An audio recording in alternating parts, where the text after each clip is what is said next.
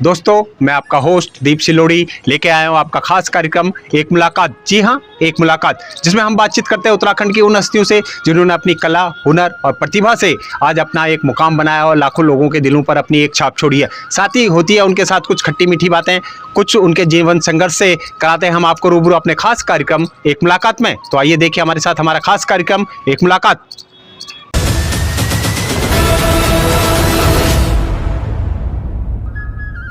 दोस्तों, आज हम उत्तराखंड की एक ऐसी हस्ती से आपकी मुलाकात करा रहे हैं जिन्होंने मध्य हिमालय क्षेत्र के गढ़वाल और कुमाऊं की बोली भाषा को लुप्त होने की मुहिम पिछले 20-25 सालों से जो है छिड़ी हुई है। लगातार उत्तराखंड की बोली भाषा के लिए काम कर रहे हैं। अपने 20 साल से भी ज़्यादा के तजुर्बे के कारण ये लगातार बोली भाषा के लिए काम कर रहे हैं और उत्तराखंड की बोली भाषा के लिए भ्रमण के साथ साथ गढ़वाल कुमाऊं में जाकर लोगों को जागरूक भी कर रहे हैं। साथ ही आपको बता दें, इन्होंने कहा कि भारत देश जो है गांव का देश है, यहाँ शिक्षा पहुंचनी चाहिए। साथ ही ये चाहते हैं कि युवाओं को जो है अब जिम्मेवारी लेनी होगी, अपनी बोली भाषा को लुप्त होने से बचाना होगा। और जिस तरह से ये दिल्ली एनसीआर में लगातार उत्तराखंड की संस्थाओं के साथ जुड़े हुए हैं, उनका तालमेल है और साथ ही हर मुद्दे पर जिस तरह से ये अपनी आवाज़ को बुलंद करते हैं, दिखाता है कि उत्तराखंड के प्रति इनके दिल में आज भी वही प्रेम है जो पहले प्रेम था। और जी, हम बात कर रहे हैं उत्तराखंड के लेखक, पत्रकार और साहित्यकार डॉक्टर बिहारी लाल जालंधरी जी से। तो आइए आज उनसे बातचीत करेंगे, साथ ही उनसे कुछ खट्टी मीठी बातें भी होगी और जानेंगे उनके साहित्य, लेखन और पत्रकारिता के क्षेत्र में किए गए कार्यों पर। तो देखिए हमारा खास कार्यक्रम एक मुलाकात।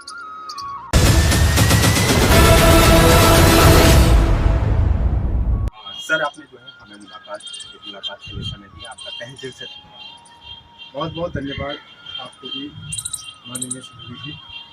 और मैंने आपका एक चैनल जो आप जो समाज के लिए बहुत अच्छा काम कर रहे हैं, एक मुलाकात, मैंने बहुत दिनों से मैंने देखा उसको। और आप अपने जो उत्तराखंड के जो जितने भी लोग हैं उत्तराखंड के, चाहे साहित्यकार हैं, जो समाज के क्षेत्र में काम करने वाले लोग हैं, आपने बहुत अच्छा काम कर रहे हैं। और सबसे पहले मैं आपको धन्यवाद देना चाहता हूँ कि वास्तव में आप मुख्य रूप से धन्यवाद के पात्र हैं और हमारा हमेशा आशीर्वाद रहेगा।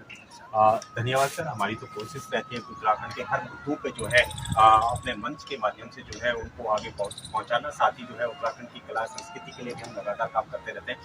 सबसे पहले हम चाहते हैं कि कार्यक्रम की शुरुआत होने से पहले अगर कोई आपकी कोई वंदना या कोई आपकी कविता का ऐसा छंद हो जो अपने दर्शकों को सुनाना चाहें देवभूमि के लिए, तो हाँ, मेरे को मैं गढ़वाली कुमाऊनी के लिए काम कर रहा हूँ, तो मुझे दिवंगत जो हमारे गीतकार थे हीरा सिंह राणा जी, उनकी एक गीत उन्होंने गाया था, उसकी 2 लाइनें मेरे को बताता हूँ।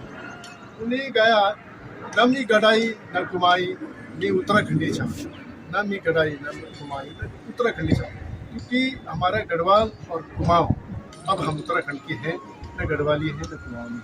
तो ये गाना मेरे को बहुत पसंद आता और ये बार बार मैं इसको गुनगुनाता। बहुत ही अच्छी बात कही कि हम उत्तराखंड के लिए काम करें, बहुत ही अच्छी बात है। सबसे पहले सर, हमारे दर्शक जानना चाहते हैं कि आपकी पैदाइश कहाँ हुई, आपका बचपन कहाँ बीता, आपकी शिक्षा दीक्षा कहाँ हुई और फिलहाल वर्तमान में आप कहाँ रहते हैं? मैं गढ़वाल कुमाऊं के दुशान क्षेत्र है, हमारा कालिंगा क्षेत्र है, वहाँ से सिर्फ 1.5 किलोमीटर हमारा घर है। और मैं ढोरखाल में 5वीं तक पढ़ा, उसके बाद घोड़ाना खाल में मैं 10वीं तक पढ़ा, बीरो खाल में 12वीं तक पढ़ा। उसके बाद दिल्ली आ गया, अमृतसर पहुंचा, छोटे भाई महेशानंद जी के पास पहुंचा, वहाँ मैंने 5 भाषाएं सीखी। और उसके बाद फिर मैं दिल्ली की तरफ मैंने कूच किया, दिल्ली विश्वविद्यालय में मैंने एडमिशन लिया। उसके बाद मैं भोपाल बरकतुल्लाह से MA किया, फिर मैंने मेरठ विश्वविद्यालय से MA किया और गढ़वाल विश्वविद्यालय से अंतिम मैंने PhD की उपाधि प्राप्त की। ये PhD गढ़वाली कुमाऊनी भाषाओं का तुलनात्मक भाषा वैज्ञानिक अध्ययन और उत्तराखंड की ध्वनियों का अध्ययन, ये दोनों पर यह मेरे को PhD मिली है। और मैं आज उसी क्षेत्र में काम कर रहा हूँ, लगातार काम कर रहा हूँ, उत्तराखंड के लिए काम कर रहा हूँ, न गढ़वाली के लिए न कुमाऊनी के लिए। परिवार में आप लोग काफ़ी बड़ा परिवार था और बचपन में जो है आप काफ़ी गरीबी से निकले। आपकी माता का आप पे बहुत आशीर्वाद रहा, लगातार जो है माँ के शरण में आप रहे और उन्होंने ही पाल पोस के आपको बड़ा करा। काफ़ी भाइयों के बीच में आपने कड़ी मेहनत देखी है बचपन में, किस तरह का था? मेरे को याद है मेरे को, जब मेरे पिताजी उस समय 4 साल की उम्र थी मेरे पिताजी एक्सपायर हो गए थे। मैं खेल रहा था और मेरी माँ रो रही थी, सारी भाई बहन रो रहे थे। मुझे पता ही नहीं था कि पिता को दोबारा देख पाऊंगा या नहीं। मेरी माँ ने हमें कैसा पाला पोसा। मेरे बड़े भाई साहब सुरेश आनंद जी उस समय मिलिट्री में थे। उस समय वो दौर इतना बुरा दौर था कि एक एक पैसे के लिए हम लोग जो है तरसते थे। और उस समय सिर्फ क्या खेती पर ही हम लोग सीमित रहते थे। और मेरे बड़े भाई साहब उस समय 50 रुपये भेजते थे। माहवारी मेरी माँ के नाम से आती थी और कैसे भी करके हमारा परिवार का गुजारा होता था। और मैं तो अपने उस समय को मैंने तुम्हें एक इंटरव्यू में मैंने दिया, एक एक चीज़ लिखी मैंने उसमें कि किस प्रकार हमारा जीवन बीता, किस कठिनाई से हम आगे निकले और आखिर में आशीर्वाद पितरों का रहा है। और आज इतनी ऊंची हमने पढ़ाई की उन्हीं के आशीर्वाद से की और अभी भी हिम्मत है कि पूरे उत्तराखंड के लिए काम कर रहे हैं, ये वहीं का आशीर्वाद है। और मैं चाहता हूँ कि आज तक जितने मेरे मित्र मेरे दोस्त मेरे को देख रहे होंगे, जिन्होंने मेरे को, क्योंकि मैंने अखबार देवभूमि की पुकार एक अखबार निकाला, एक पत्रिका निकाली भाषा ही हेतु संकल्प, और उसके अलावा मेरी पुस्तकें भी हैं और मेरे कई मित्र हैं और उन मित्रों ने मेरे को सहयोग दिया, अपना आशीर्वाद दिया और उनको भी धन्यवाद करता हूँ। आप सर बचपन से ही चाहे स्कूल हो चाहे कॉलेज में हो, आप कुछ करने की आपके मन में अपनी इच्छा थी, आप चाहते थे कुछ ना कुछ समाज के लिए करूं, देश के लिए करूं, इसलिए जो है आप लगातार आगे बढ़ते रहे और आपने कहा कि मेरे को कुछ करना है। वो जुनून, वो जज्बा आज भी आप में कायम है? हाँ बिल्कुल, वो जुनून और जज्बा अभी भी है। अभी भी मैं पूरे देश में भ्रमण कर रहा हूँ। मैं उत्तराखंड समाज की सारी संस्थाओं को जोड़ रहा हूँ और उनको एक संदेश दे रहा हूँ, अपनी माँ, माटी, मातृभाषा और मातृभूमि की तरफ आप लोग आइए, अपना मकान बनाइए, गांव में साल में 1-2 बार आइए, अपनी बोली भाषा अपने बच्चों को सिखाइए। इसमें हमारी एक कमेटी ने एक विषय तैयार किया है, गढ़वाली कुमाऊनी को एकीकरण कर समेकीकृत करके एक मौल्यार नाम से एक विषय हमारा तैयार है और वो आज पूरे देश में सारी संस्थाएं उस विषय के माध्यम से बच्चों को उत्तराखंड की भाषा पढ़ा रहे हैं, न गढ़वाली न कुमाऊनी, तो उत्तराखंड की भाषा है। कॉलेज में सर आप हर कार्यक्रम में भाग लेते थे, हर मुद्दों पे भाग लेते थे, जब जब वहाँ पे विचार गोष्ठी होती थी आप मंच पे जो है भाषण देते थे, अपने वक्तव्य रखते थे। लगातार आप शुरू से ही यानी कॉलेज समय से ही जो है मुद्दों पे जो है आवाज़ उठाना आपने शुरू कर दिया? ठीक है, मैं 1978 या वो 1978 नहीं, उससे पहले ग्राम पंचायत का मैं अपने जो बाल पंचायत हमारी होती थी गांव में, उसका प्रधान था मैं। और गांव में कई हमने काम करवाए, समाज सेवा के काम, जैसे रास्ते साफ करना, जैसे हम एक हमारी फुटबॉल की टीम थी गांव में। जब तक हम लोग थे, हम 5 लड़के हम गांव में थे, हमारे दोस्त थे 5 लड़के। जब तक हम गांव में थे तब तक वहाँ रामलीला हुई, तब तक वहाँ फुटबॉल की टीम हमारी बिल्कुल तैयार थी और हम लोग जो है बिल्कुल फुटबॉल खेलने जाते थे, वॉलीबॉल के हम प्लेयर थे। तो इसी प्रकार का फिर हमने स्कूल में माहौल बनाया। और उसके बाद 78 में मैं हाई स्कूल में था। फिर मैं उसके बाद सन 1980 में मैं 12वीं में बीरू खाल में गया।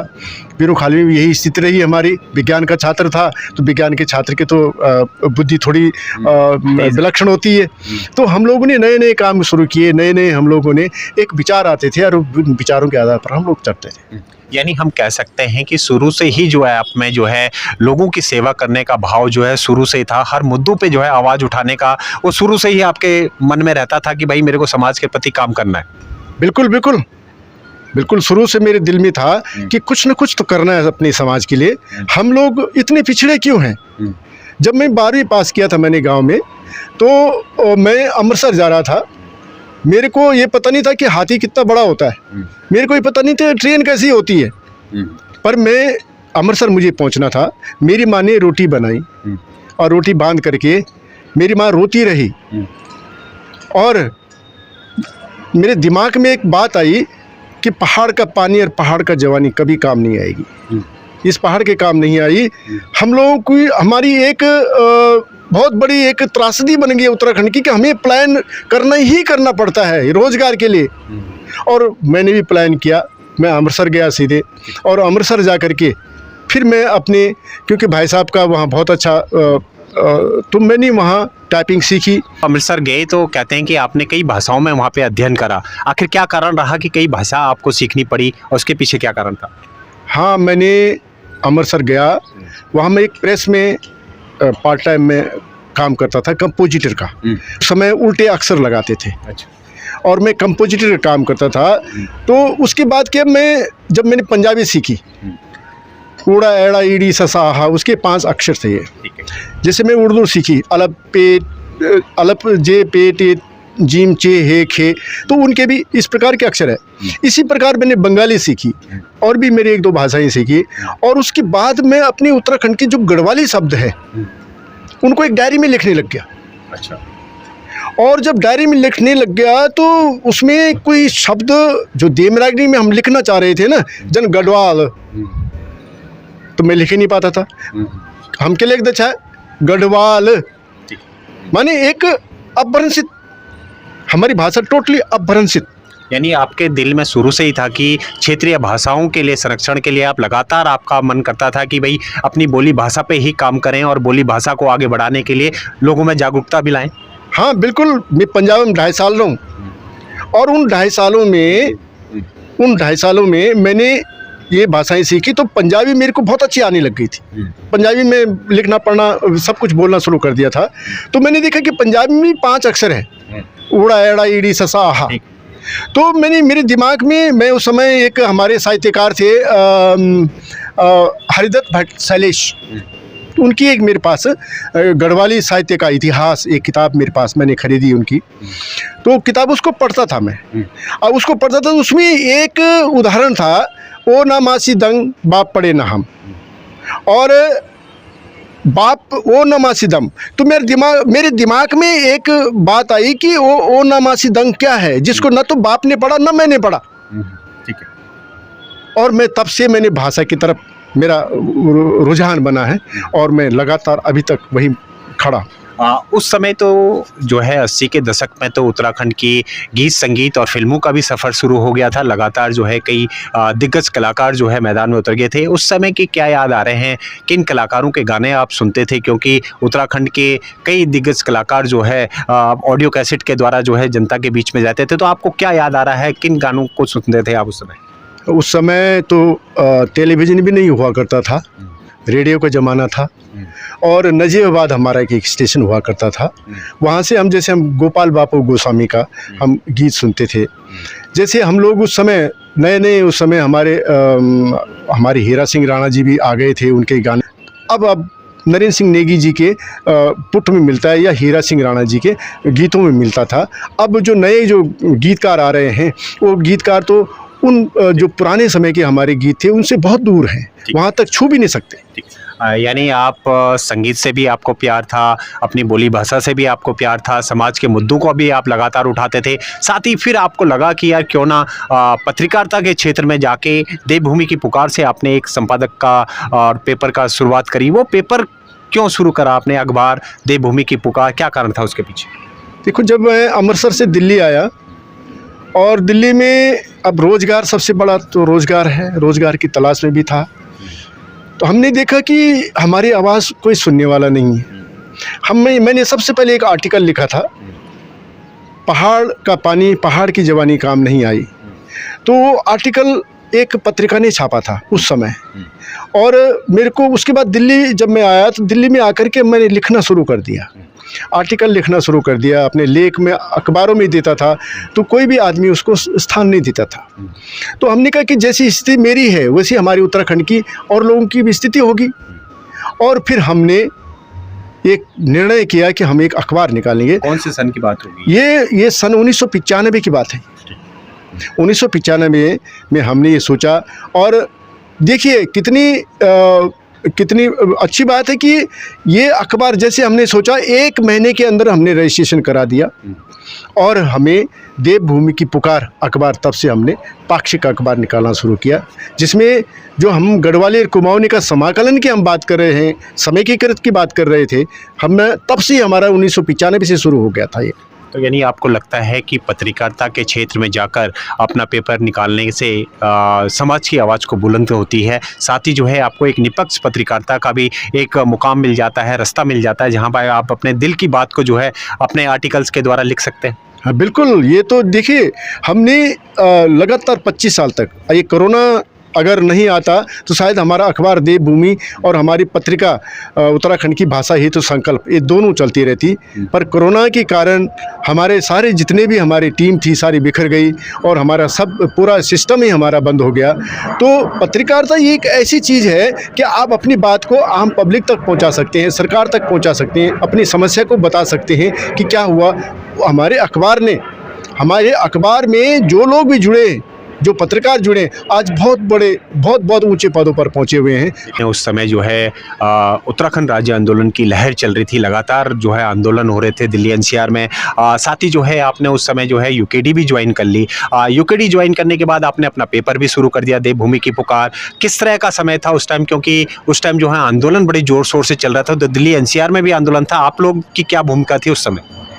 देखिए साहब, मैं 1994 में, याद है मेरे को, 1994 में माननीय इंद्रमणि बडोनी जी के सानिध्य में हमने यूकेडी ज्वाइन किया था। मेरे साथ 4-5 साथी और भी थे और तब से हम लोग पहले दिल्ली प्रदेश के माध्यम से हम लोगों ने अपनी बात रखनी शुरू करी, आंदोलन में हमने कूच करना शुरू किया। उसके बाद फिर उत्तराखंड में केंद्रीय पदाधिकारी हमें बना दिया गया और हम हर जगह अपनी बात रखते थे। मुख्य रूप से हमारे पास एक बहुत बड़ा हथियार था, अखबार था हमारे पास, पत्रिका थी। अपनी बात रखने के लिए, पार्टी की बात रखनी थी, उत्तराखंड के जो मुद्दे हैं, उत्तराखंड का जो संस्कृति है, भाषा है, उत्तराखंड की जो समस्या है, उसको रखने के लिए हमारे पास अखबार था।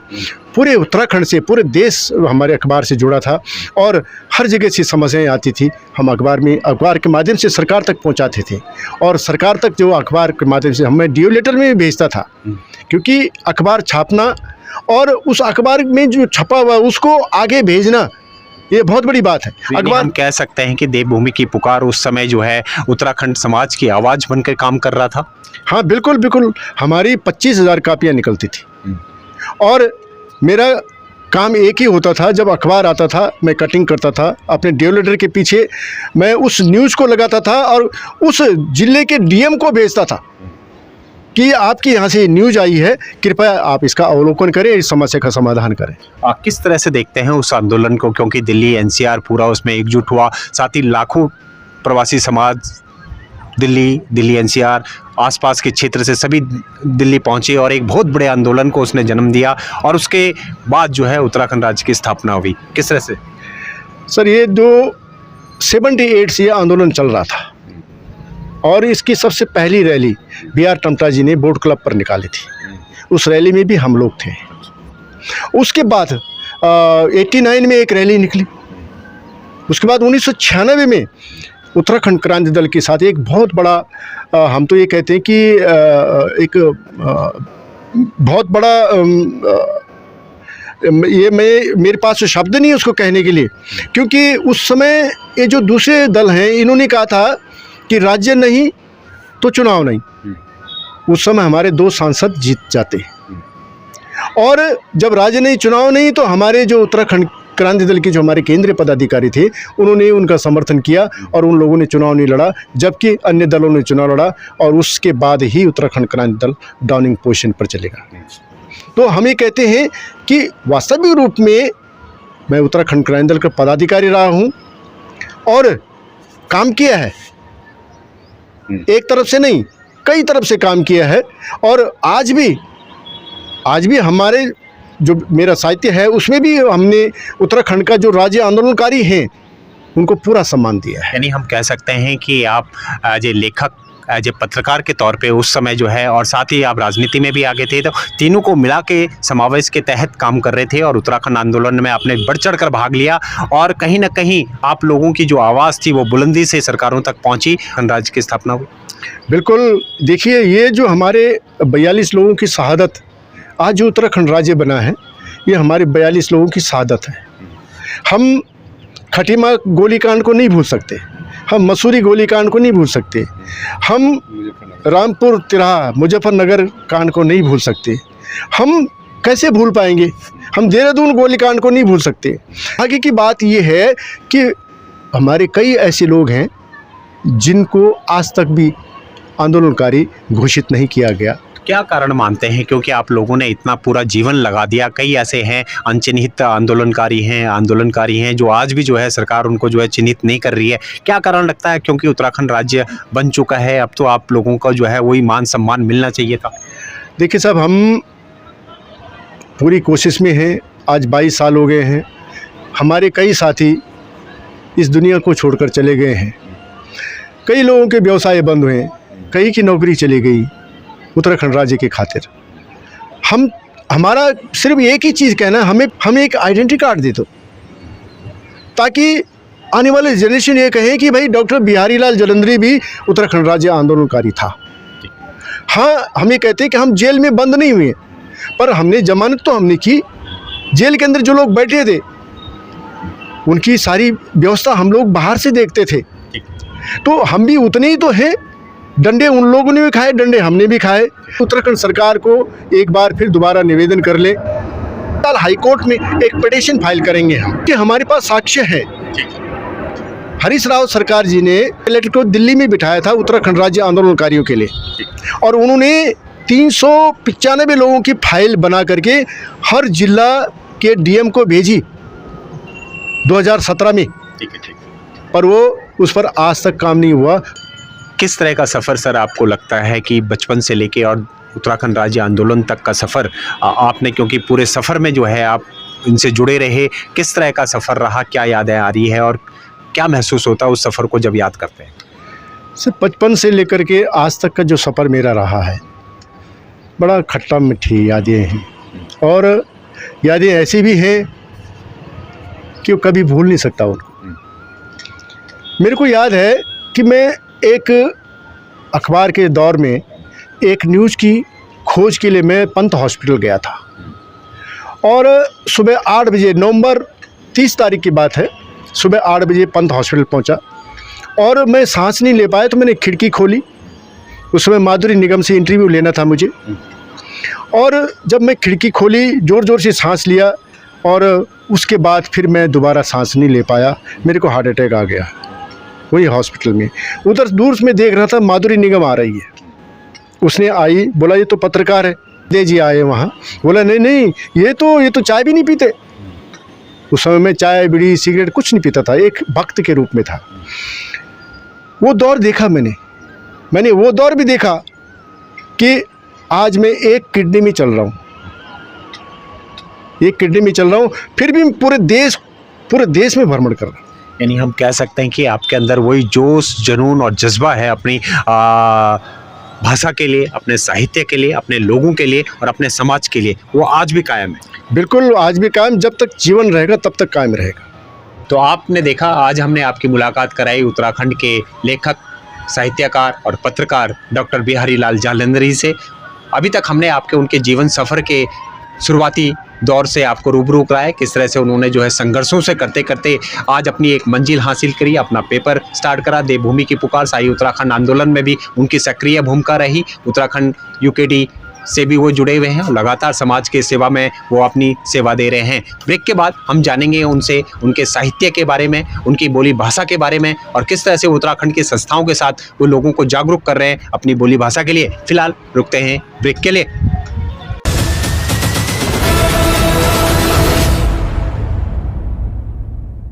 फिर से सर एक बार आपका स्वागत है हमारे खास कार्यक्रम की मुलाकात में। धन्यवाद संजोड़े जी। सर, कोई और आपके जो दिल को छूता हो, कोई ऐसा गाना अगर आपको याद आ रहा हो तो क्या गाएंगे? हाँ, बिल्कुल याद आ रहा है मेरे को। एक हमारी गोपाल बाबू गोस्वामी का उस समय मैं सुनता था, 1984-85 की। तो गाना है, कल तजमूली हो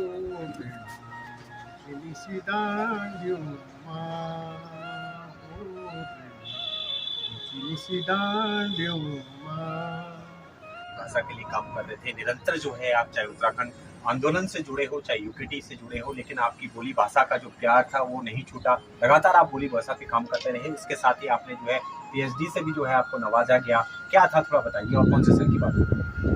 मैं 1995 में मैं पीएचडी का रजिस्ट्रेशन गढ़वाल विश्वविद्यालय से समाप्ति सबमिट की थी, और उस समय गढ़वाल विश्वविद्यालय में जो हिंदी के प्रोफेसर थे वो गढ़वाली भाषा नहीं जानते थे, न कुमाऊनी भाषा जानते थे। मेरी एक जिद थी कि मुझे वही प्रोफेसर चाहिए जो गढ़वाली या कुमाऊनी जानता हो।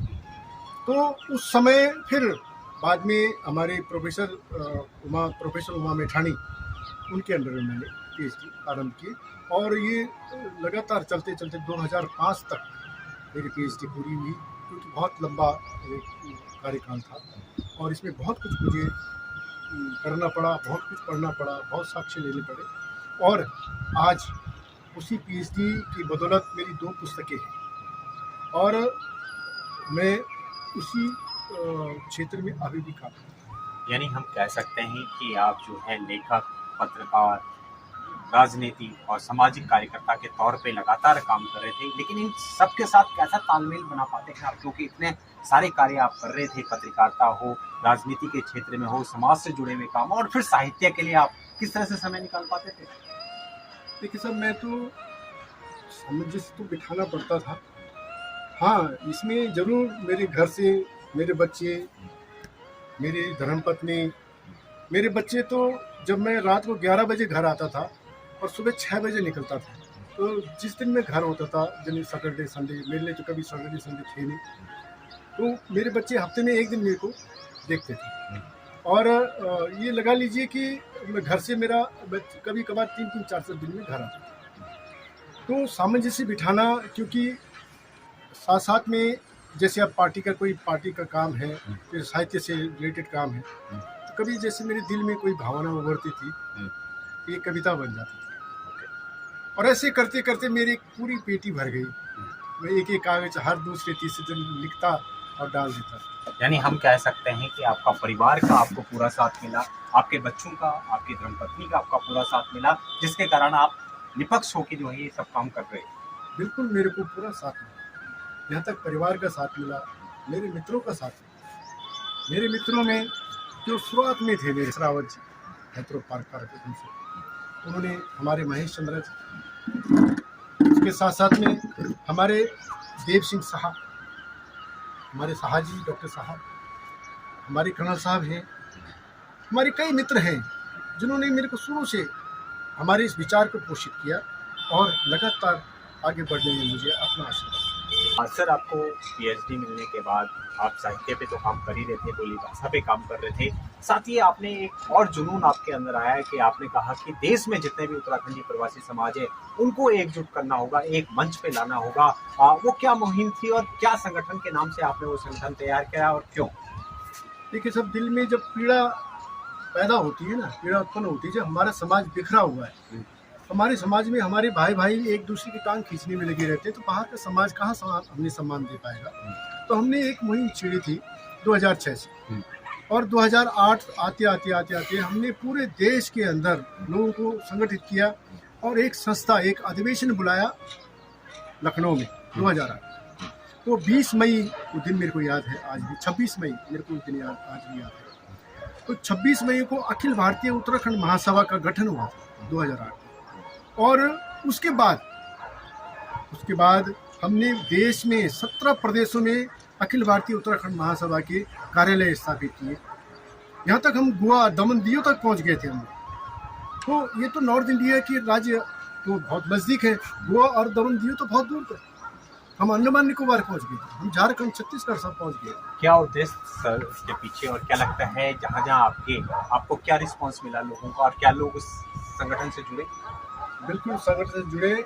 हम ये जो टोपी मैंने पहन रखी है, हम काली, जो भी हमारी सभा में आता था हम उनको काली टोपी चाहते, क्योंकि ये काली टोपी हमारी उत्तराखंड का एक बहुत बड़ा हमारी धरोहर है। 3 लाख काली टोपियाँ बांटी पूरे 17 प्रदेशों में।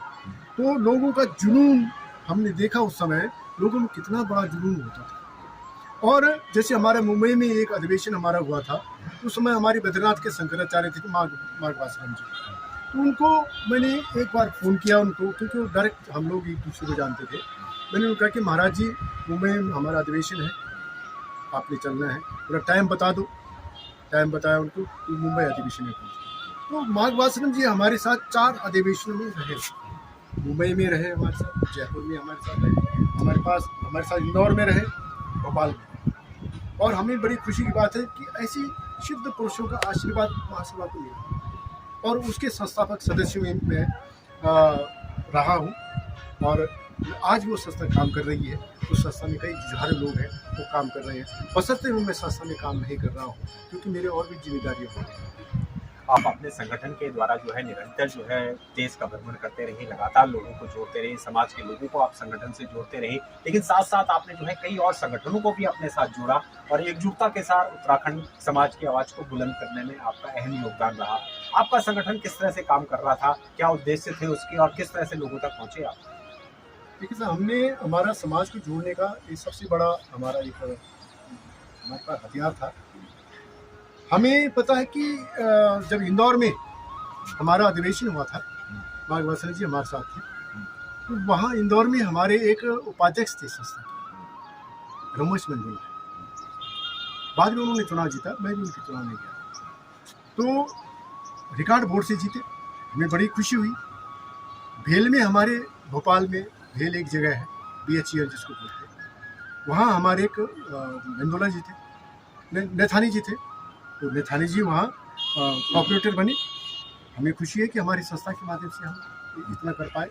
हमारा ये था कि हमने अपने समाज को प्रतिनिधित्व देना है, क्योंकि हमारे समाज को प्रतिनिधित्व नहीं मिलता। जैसे दिल्ली में हम लोग कहते हैं कि हम 30-35 लाख रुपए लोग हैं, पर दिल्ली में हमें प्रतिनिधित्व कहाँ मिल पाता है।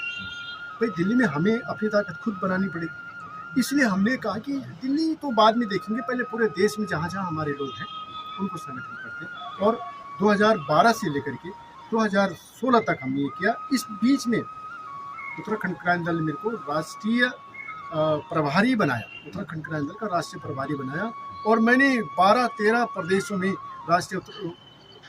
में उत्तराखंड क्रांति दल की इकाई को गठन किया। सुनने में आया है कि सर 2017 में जब उत्तराखंड के चुनाव हुए थे विधानसभा के, तो आपने भी यूकेटी से जो है अपनी दावेदारी प्रस्तुत की थी। क्या था वो, क्या आप चाहते थे कि हम भी चुनाव लड़ें और जनता की सेवा करें? हाँ बिल्कुल, मैं तैयार था और मेरे को पूरे राष्ट्र से समर्थन था।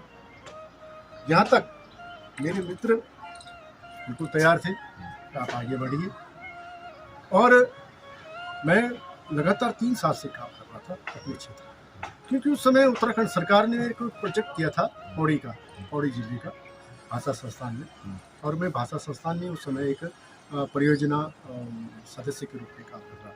तो मैंने पौड़ी का दिया, तो मैं हमने अपने चौबटेखाल क्षेत्र से 3 साल पहले से काम करना शुरू किया था और फिर हमने अपनी दावेदारी की। वो तो ये है कि किन्हीं कतिपय कुछ कारणों से पार्टी में इस प्रकार की बातें हो जाती हैं कि यार वो अकेला ही आदमी है, इतना सब कुछ कर रहा है, कैसे कर लेगा। तो इसलिए फिर बाद में वो हमारे जो टिकट हमें मिलना था वो हमें नहीं मिल पाया और किसी भी कारणवश वो टिकट जो है। लेकिन उम्मीद अभी भी आपने छोड़ी नहीं है, जब भी आपको मौका मिलेगा आप जरूर जो है जनता के बीच में जाएंगे। नहीं, मेरे को तो फिर पार्टी ने जब मेरे को टिकट नहीं दिया 2017 में, तो मेरे को प्रभारी बना दिया, संसदीय प्रभारी बना दिया कि आप पूरे 14 विधानसभा में भ्रमण कीजिए, और 14 विधानसभा में हमने भ्रमण किया। हो सकता है कि भविष्य में हम लोग कुछ सकारात्मक करेंगे। भाई मैं पूरे संसदीय क्षेत्र में मैंने भ्रमण किया है और विधानसभा क्षेत्र तो पहले नहीं कर। 2017, 18, 19 के बीच आपने लगातार जो है साहित्य और लेखनी की ओर जो है ज़्यादा ध्यान दिया और आपने कई पुस्तकें भी इस समय पे निकाली। कौन कौन सी पुस्तकें थी, थोड़ा बताएं? 2019 में जो मेरी रिसर्च के आधार पर मेरी पुस्तक थी, तो पहली पुस्तक ये वाली पुस्तक है, और इसमें उत्तराखंड की ध्वनि है, ध्वनियों पर पूरा ध्वनि विज्ञान। इसको भारत सरकार ने राष्ट्रपति सम्मान के लिए इस पुस्तक को चूज कर दिया। मैं धन्यवाद करता हूँ मैडम DADC का, आज जो हमारे बीच में नहीं है, इस पुस्तक को प्रकाशित कर DADC। इसके बाद मेरे दिल में एक भावना होती है कि उत्तराखंड में जो हमारी संसाधन है उस पर रोजगार विकसित नहीं हो पाया, तो मैंने ये पुस्तक उत्तराखंड में हमारे संसाधन, हमारे रोजगार, उसके आधार पर ये इस पुस्तक को हमने बनाया है। ये भी एक रिसर्च है, एक शोध है कि हमारी उत्तराखंड में क्या क्या संसाधन है और उस पर क्या रोजगार निकल सकते हैं। इस पुस्तक को भी मैंने मेरा इसमें मेहनत जरूर है, 4 साल की मेरी इसमें है, पर इसको प्रकाशित करने के लिए हमारे GS राव जी ने मदद की है और ये पुस्तक प्रकाशित की। मैं आपको एक चीज़ बताना चाह रहा हूँ कि इसके साथ में एक पुस्तक ये वाली है। ये उत्तराखंड में जो इंटीरियर क्षेत्र में हमारे बच्चे हैं हम हर साल काउंसलिंग करते थे, गांव में जाकर के गर्मी की छुट्टी में काउंसलिंग करते थे, पूरे ब्लॉक के बच्चों को बुला करके उनको काउंसलिंग देते थे। और जब हमने अगले साल हम जाकर पूछते थे कि बच्चों आपने क्या कर रहे हैं, तो वो कह रहे थे कि हमने पीसीएम से हम बीएससी कर रहे हैं। पीसीएम मतलब फिजिक्स, केमिस्ट्री, मैथमेटिक्स, मतलब भविष्य में उन्होंने मास्टर बनना है और कुछ नहीं। तो हमने एक किताब विद्यार्थी भविष्य दर्शन, एक किताब हमने प्रकाशित की, और इस किताब को प्रकाशित करने में हमें मदद की गोपाल भंडारी जी। गोपाल भंडारी जी का भी हम धन्यवाद करते हैं, उन्होंने इसमें हमें मदद की। इसके बाद उत्तराखंड सरकार और केंद्र सरकार ने मेरी कई किताबों को पब्लिश करने के लिए मदद की है। ये केंद्र सरकार, ये किताब केंद्रीय हिंदी निदेशालय, इस किताब को केंद्रीय हिंदी निदेशालय के अनुदान पर इस किताब को प्रकाशित किया गया, और मैं धन्यवाद करता हूँ केंद्रीय हिंदी निदेशालय का। इसमें उत्तराखंड की जितनी भी जनश्रुतियाँ हैं, चाहे गढ़वाली में है चाहे कुमाऊनी में, सबका संग्रह। इसके बाद हमने एक काम किया था राष्ट्रीय और अंतर्राष्ट्रीय स्तर के हमारे साहित्यकारों को जोड़ने का, और ये किताब हमारे पूरे उन सभी देश विदेश में जो हमारे साहित्यकार काम कर रहे हैं उन पर एक पुस्तक है, और इस पुस्तक को प्रकाशित करने में हमारे कुछ सहयोग का मेरा को सपोर्ट मिला, जिसमें हम श्री सुरेंद्र सिंह रावत जी, और जैसे हमारे पश्चिमी केदार करने के लिए जैसे हमारे मित्र हैं, क्योंकि हमारे विश जी हैं और हमारे गिलडियाल जी हैं, ये 4-5 लोग हम मिल करके हमने इस पुस्तक को प्रकाशित किया। मैं धन्यवाद करता हूँ उनका, जिन्होंने इस पुस्तक को प्रकाशित करने में। इसके बाद सबसे अहम कार्य, ये वो पुस्तक है जिसके लिए एक समिति का गठन किया गया था चंडीगढ़ में। ये इस पुस्तक के लिए मैं चंडीगढ़ में ही रहा, मौलियार, और ये वो पुस्तक है जिसमें गढ़वाली और कुमाऊनी दोनों भाषाओं के शब्द समाकृत अध्ययन है, और ये अध्ययन पूरे देश में, पूरे देश की संस्थाओं के माध्यम से बच्चों को पढ़ाया जाता है। जैसे यहाँ दिल्ली में या ये कुछ ऐसा पैटर्न चल रहा है कि हमारे उत्तराखंड के अगर बच्चे आते हैं तो उनके 3 वर्गों में बांट देते हैं कि जैसे तुम गढ़वाल के हो, तुम कुमाऊं के, तुम जौनसार के हो। यहाँ 3 वर्ग नहीं है, यहाँ सिर्फ ये उत्तराखंड है, और मैं तो केवल उत्तराखंड के लिए। क्या लगता है सर, क्योंकि आपने तो पूरी जिंदगी जो है साहित्य में लगा दी, लेखनी में लगा दी, पत्रकारिता में लगा दी, लेकिन जो युवा बच्चे आ रहे हैं, नए साहित्यकार आ रहे हैं, नए पत्रकार आ रहे हैं, चाहे वो लेखनी के क्षेत्र में हो, क्या भविष्य देखते हैं उनके, और क्या लगता है कि राज्य सरकारों तक उनकी आवाज़ पहुँच रही है, उनको वो मान सम्मान मिल रहा है जिसके वो हकदार है, किस तरह से देखते हैं आप? सिलोड़ी जी, ये प्रश्न जो है, ये प्रश्न तो वास्तविक रूप में राज्य सरकार से होना चाहिए, क्योंकि राज्य सरकार ने अभी तक हमारी जो उत्तराखंड की गढ़वाली, कुमाऊनी, जौनसेरी, अन्य हमारी 14 भाषाएं, बोली भाषाएं उत्तराखंड में, उनके साहित्यकारों को बैठने के लिए एक एकेडमी तक नहीं बना पाई राज्य सरकार। हिंदी हमारे जो उत्तराखंड ने भाषा संस्थान बना रखा है, तो भाषा संस्थान ने अभी तक ऐसा कुछ काम नहीं किया जो हमारे 14 बोलियाँ पोषित हो सके, 14 बोलियों के साहित्यकार पोषित हो सके। हमारा यही कहना है कि हमारे साहित्यकार, हम तो अभी एनसीआर में हैं, पर मैं पूरे देश के विदेश के साहित्यकारों को भी देख रहा हूँ। जब तक सरकार का संरक्षण नहीं होगा भाषा के लिए, तब तक कोई साहित्यकार अपने आप कुछ नहीं कर सकता। साथ ही जो है हमने देखा दिल्ली में जो है आप सरकार ने जो है गढ़वाली के लिए कौन सा अकादमी बनाई हुई है, उसके तहत लगातार वो जो है मंचों पे जो है अपनी भाषा को आगे बढ़ा रहे हैं, साहित्यकारों से कलाकारों को मंच दे रहे हैं। इसको किस तरह से? ये तो बड़ी खुशी की बात है। कम से कम दिल्ली सरकार ने उत्तराखंड समाज का यहाँ सम्मान तो किया, एक एकेडमी तो बनाई। आज 22 साल हो गए, उत्तराखंड सरकार नहीं बना पाई जिस एकेडमी को, उस एकेडमी को दिल्ली सरकार ने बना दिया।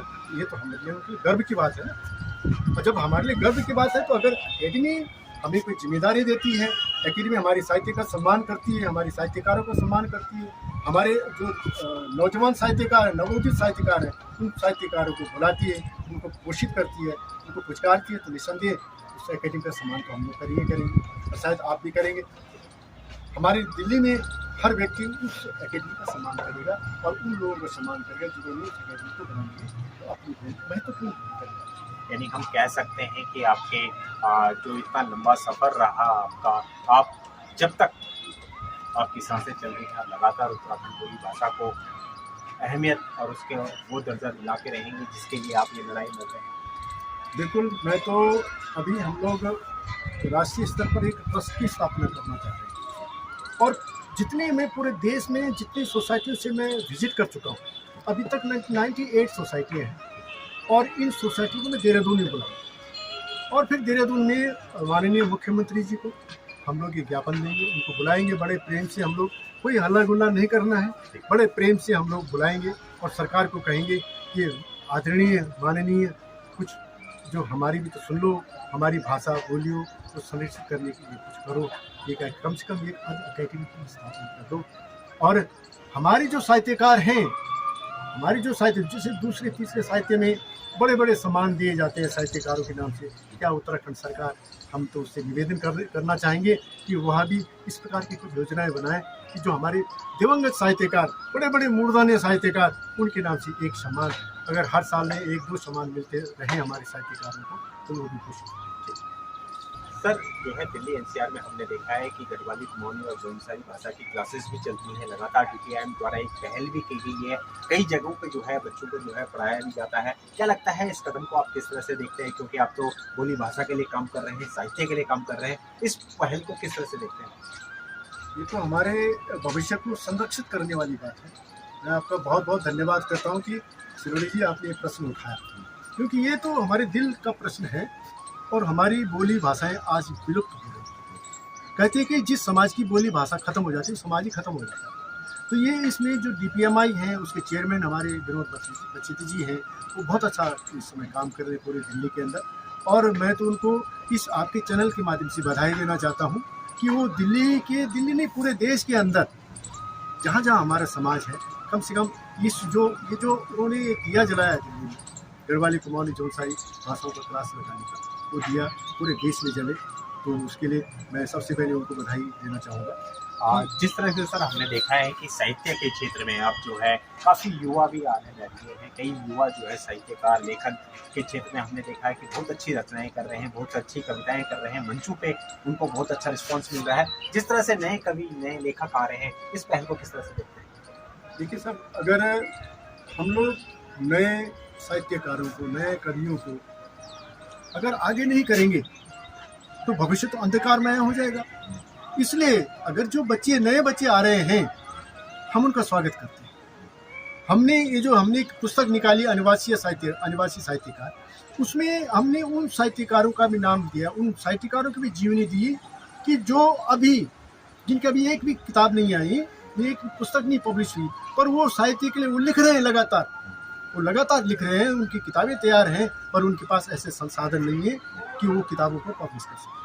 साथ ही सर सभी साहित्यकारों ने एक पहल भी करी है दिल्ली एनसीआर में। हमने देखा कि 8वीं अनुसूची में जो है गढ़वाली, कुमाऊनी और उत्तराखंड की बोली भाषा को जो है शामिल करने के लिए एक पहल की है। लगातार आप लोग जो है ज्ञापन भी दे रहे हैं, तो क्या लगता है कि कब तक हो जाएगा और ये पहल आपकी कब तक जारी रहेगी? सिरोड़ी जी, ये जो गढ़वाली, कुमाऊनी, जौनसारी को संविधान की अष्टम सूची में शामिल करने की बात है, ये बहुत खुशी की बात है, ये होना भी चाहिए, और ये हर उत्तराखंडी को इस विचार या इस मांग को लेकर आगे आना चाहिए, आगे बढ़ना चाहिए। जाते जाते आप क्या संदेश देना चाहेंगे साहित्यकारों को, लेखकों को, पत्रकारों को, और साथ ही उत्तराखंड समाज और राज्य सरकार को क्या संदेश देना चाहिए? जाते जाते हमारे दर्शकों को एक संदेश दे दीजिए। धन्यवाद सिरोड़ी जी, आपने इस समय में मेरे को संदेश देने के लिए कहा। तो निसंदेह मैं उत्तराखंड की जनता जो हमारे देश में, जिनके बीच में हम लोग जा रहे हैं, उनको एक संदेश देना चाहूँगा। संदेश क्या कि सबसे पहले आप लोग अपन घर के अंदर आप उत्तराखंड की जो भी बोली जन दी, हमारे 14 बोली थी उत्तराखंड की, आप जो भी बोली जन दी अपन बच्चों तक, अपने परिवार के अंदर अपनी बोली में बात करें। और जब हम अपनी बोली में बात करला तो हमारा बच्चा सीखला, पहले तो थोड़ा बहुत बिगड़ा और बिगड़ा हुआ तो सीखला। हम तो परवाह ही नहीं बोलने पाओगे, हमारा बच्चा अपनी बोलता सिर्फ बिंग दर्शी और बैग कुछ ना बोल नहीं सकता। पहली बात। दूसरी बात ये है कि आप लोग जग में छी, जे भी जगह छी पूरे देश के अंदर, आप लोग एक संगठित समाज के रूप में आप लोग एकत्रित जरूर चाहिए, और एक प्रेम से आप पूरे समाज से गढ़ी एक इन व्यवहार बने, अपन बोली भाषा के माध्यम से अपन बच्चों तक सीखें, अपन बच्चों के बीच में एक परीक्षा करें अपनी बोली भाषा में, जन कविता छी, कहानी छी या कई प्रकार का लेख छी, अपनी बोली भाषा में बच्चों तक इनाम दी, थोड़ा सा बच्चों तक पुरस्कार दी। ये दगड़ी आपसे मैं विदा लींदू और धन्यवाद करूँ कि आज माननीय दीप सिरोड़ी जी एक मिथई एक अदन सी छोटी सी आदिम थई उन बड़ो सम्मान दिया ये देखिए आप बहुत बहुत धन्यवाद। आज हमने आपकी मुलाकात कराई उत्तराखंड के पत्रकार, लेखक और साहित्यकार डॉक्टर बिहारी लाल जालंधरी जी से। आप हमें उम्मीद है कि आप उनके जीवन सफर से जरूर कुछ ना कुछ सीखेंगे, क्योंकि जिस प्रकार से उनके 40 सालों का अनुभव है, लगातार वो जिस तरह से उत्तराखंड की बोली भाषा के लिए काम कर रहे हैं, अपने समाज के लिए काम कर रहे हैं, संस्थाओं के लिए काम कर रहे हैं, लगातार उत्तराखंड को एकजुट करने के लिए काम कर रहे हैं। कहीं ना कहीं युवा पीढ़ी उनसे जरूर सबक लेगी। और जिस प्रकार से उन्होंने कहा है कि उत्तराखंड युवाओं को आगे आना होगा, अपनी बोली भाषा को बचाना होगा, और बोली भाषा बचेगी जब भी जो है उत्तराखंड बचेगा। इसलिए सभी को एकजुट होकर अपनी उत्तराखंड की बोली भाषा के लिए आवाज़ उठानी पड़ेगी और बुलंदी से साथ आवाज़ उठाकर अपनी बोली भाषा को जो है मान्यता दिलानी होगी। फिलहाल आज का कार्यक्रम हमारा यहीं समाप्त होता है। अगले कार्यक्रम में फिर किसी उत्तराखंड की ऐसी हस्ती से हम आपकी मुलाकात कराएंगे। जब तक मेरे सहयोगी मनोज कोठारी और मुझे दीजिए इजाज़त।